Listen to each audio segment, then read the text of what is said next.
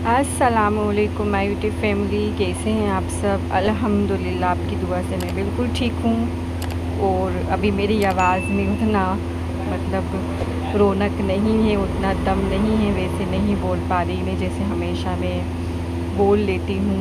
और बस आज मेरा वीडियो का आगाज़ भी बहुत ही ज़्यादा दुख से हुआ है, बहुत ही ज़्यादा तकलीफ़ से हुआ है। उसके लिए आप लोगों को बुरा लगे तो माज़रत। लेकिन बस सायरा सत्तानी का वीडियो देखा अभी मैंने, उनका जो प्रीमियर आया था। और वो बंदी बहुत ज़्यादा कंट्रोल इतने दिन से कर रही थी, लेकिन कीचड़ पे कीचड़, कीचड़ पे कीचड़ लोग उछाले चले जा रहे थे। और फिर आखिरकार यही हुआ कि वो अब जो है हिम्मत हार चुकी और बहुत ही ज़्यादा रोई अपनी वीडियो में आज, बहुत ही ज़्यादा रोई। और फिर उनके बेटे ने इतने प्यार से उन्हें चुप किया और उनके आंसू पोंछे।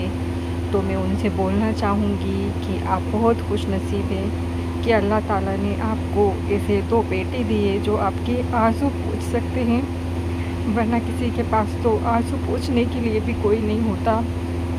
सो लोगों की बातों पे बिल्कुल ध्यान ना दें कि दुनिया है यहाँ पे ऐसे ही कीचड़ उछाली जाती है। और एक औरत होने के नाते मैं समझ सकती हूँ कि लोग किस कदर पत्थर हमारी जो है इज़्ज़त पे मारते हैं, इज़्ज़त पे वार करते हैं। जब कुछ नहीं बोल पाते तो हमारी इज़्ज़त को तार तार करते हैं। वो शर्म आना चाहिए उन सारी औरतों को जो बैठ कर अभी इतना बेबाक बोल रही हैं। और वो नूर नायाब वजीफ़ा, उसे तो मुझे बहुत ही ज़्यादा गिले शिकवे हैं। सॉरी, माफ़ी चाहती हूँ। बस सायरा सत्तानी की आँख से 10 आंसू झलके तो मेरी आँख से 100 आंसू निकले उनकी वीडियो देख के। और वो सारी चीज़ें मैं महसूस कर रही थी कि कितनी तकलीफ़ हो रही होगी जब आप एक अकेले खड़े हो और पूरी दुनिया आपको ज़लील और रुस्वा कर रही हो और आपका पास्ट उखाड़ उखाड़ कर आपको बोल रही हो कि आप अच्छे इंसान नहीं हो।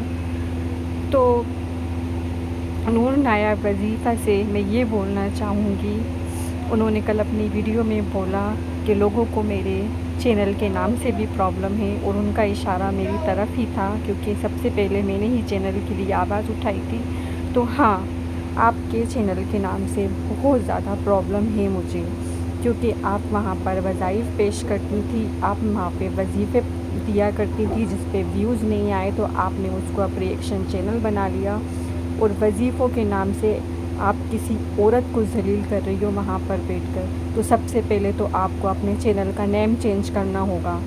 दूसरी चीज़, आपने ये बोला कि सायरा सत्तानी के सर से पल्ला हट गया, दुपट्टा हट गया। और हम तो जो हैं वो हम तो पर्दे में हमेशा से बैठते हैं, हमारी पर्सनालिटी जैसी थी पहले दिन से आज भी वैसी है। तो आपको आपका पर्दा बहुत बहुत मुबारक, बहुत अच्छी बात है, पर्दा करना ज़रूरी है, हम सब औरतों को करना चाहिए। लेकिन सायरा सत्तानी के आमाल उनके साथ हैं और आपके आमाल अपने साथ हैं। ना तो आप उनकी कब्र में जाएंगी, ना वो आपकी कब्र में आएंगी। और हो सकता है सायरा सत्तानी की कोई बात अल्लाह ताला को इतनी पसंद आ जाए। बोलते हैं ना कि ये दो औरतें थीं जिनमें एक औरत बहुत ही ज़्यादा नेक थी और हमेशा सजदे में पड़ी रहती थी और हमेशा अल्लाह ताला की इबादत किया करती थी।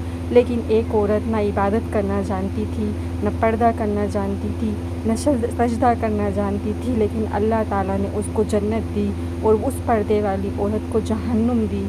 तो अल्लाह ताला को कब कौन सा आमाल आपका पसंद आ जाए जिससे आपको जन्नत दे दे, और कब कौन सा आमाल आपका बुरा लग जाए जिससे आपको जहन्नुम में उठा के फेंक दिया जाए। तो आप कौन होती हैं सायरा सत्तानी पे बोलने वाली कि पर्दा नहीं करती, ऐसा करती है, वैसा करती है। तो जो कुछ भी है उनका और अल्लाह का मामला है। अगर सायरा सत्तानी हराम रिलेशनशिप में थी, अगर सायरा सत्तानी की बेटे नाजायज़ हैं, तो इसका फ़ैसला अल्लाह ताला करेंगे। आप कोई नहीं होती यहाँ पर हिदायत देने वाली।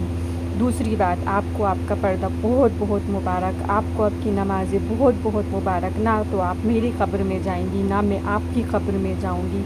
आपने ये बोला कि हम जैसे हैं वैसे ही हैं और हमेशा वैसे ही रहेंगे, बहुत अच्छी बात है। लेकिन किसी पे बोलना, किसी को हिदायत देना, किसी को तंज करना, यहाँ पे बैठकर 10 लोगों में मिलियंस लोगों में, उसको 10 नहीं सॉरी मिलियंस लोगों में, करोड़ों अरबों लोगों में ज़लील करना, पूरा ورلڈ دیکھ رہا ہے کہ آپ کتنا ذلیل اس عورت کو کر رہی ہو کہ آج وہ انسان بالکل ٹوٹ گئی، بالکل ٹوٹ کے تار تار ہو گئی اور رو دی۔ اس کے بیٹے نے اس کو تسلی دی۔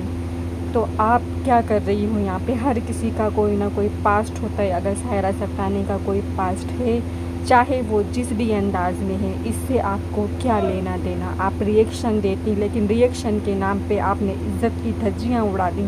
اور آپ لوگ کیا چاہ رہے ہو؟ اب ساحرہ سبطانی جان دیتے اپنی۔ اور وہ لوگ جو مجھے کامنٹ کر کے بولتے ہیں کہ تم بک گئیں، تمہیں کتنے پیسے ساحرہ سبطانی نے دیے ہیں بولنے کے لیے، تو ان کو میرا جواب ہے کہ ہر چیز پیسے سے نہیں ہوتی صاحب، ہر چیز پیسے سے نہیں ہوتی۔ کسی کے لیے اگر کھڑے ہیں تو ضروری نہیں ہے پیسے کے لیے ہی کھڑے ہیں۔ پیسہ آپ لوگوں کے لیے زیادہ معنی رکھتا ہوگا، میرے لیے نہیں۔ میں نے کسی عورت کی عزت کو تار تار ہوتے دیکھا تو میں نے بولا، جب اتنے سارے لوگ اس عورت کو ذلیل کرنے کے لیے کھڑے ہیں، اگر کوئی اس کی سپورٹ میں کھڑا ہو گیا تو کیا اس نے پیسے لے لیے؟ اگر آپ کو ایسا لگتا ہے کہ میں بک گئی تو ہاں، میں بکی ہوئی ہوں۔ اور اب سارے کے سارے آ جاؤ گے یہ بولنے کہ ساحرہ سبطانی جو ہے وہ ڈر گئی اور ڈر کے مارے وہ رونے لگی، اس لیے اس نے جو سارا چیپٹر ہے وہ کلوز کر دیا اور ان سب سے پلہ جھاڑ لیا۔ تو اگر آپ کو ایسا لگتا ہے تو ایسا ہی صحیح، لیکن اب اگر آپ اس پہ بات کرتے ہیں تو آپ لوگ انسان ہی نہیں ہیں، آپ لوگوں کے ضمیر ہی مر چکے اگر ابھی بھی آپ اس بندی کا پیچھا پکڑے رہتے ہیں تو۔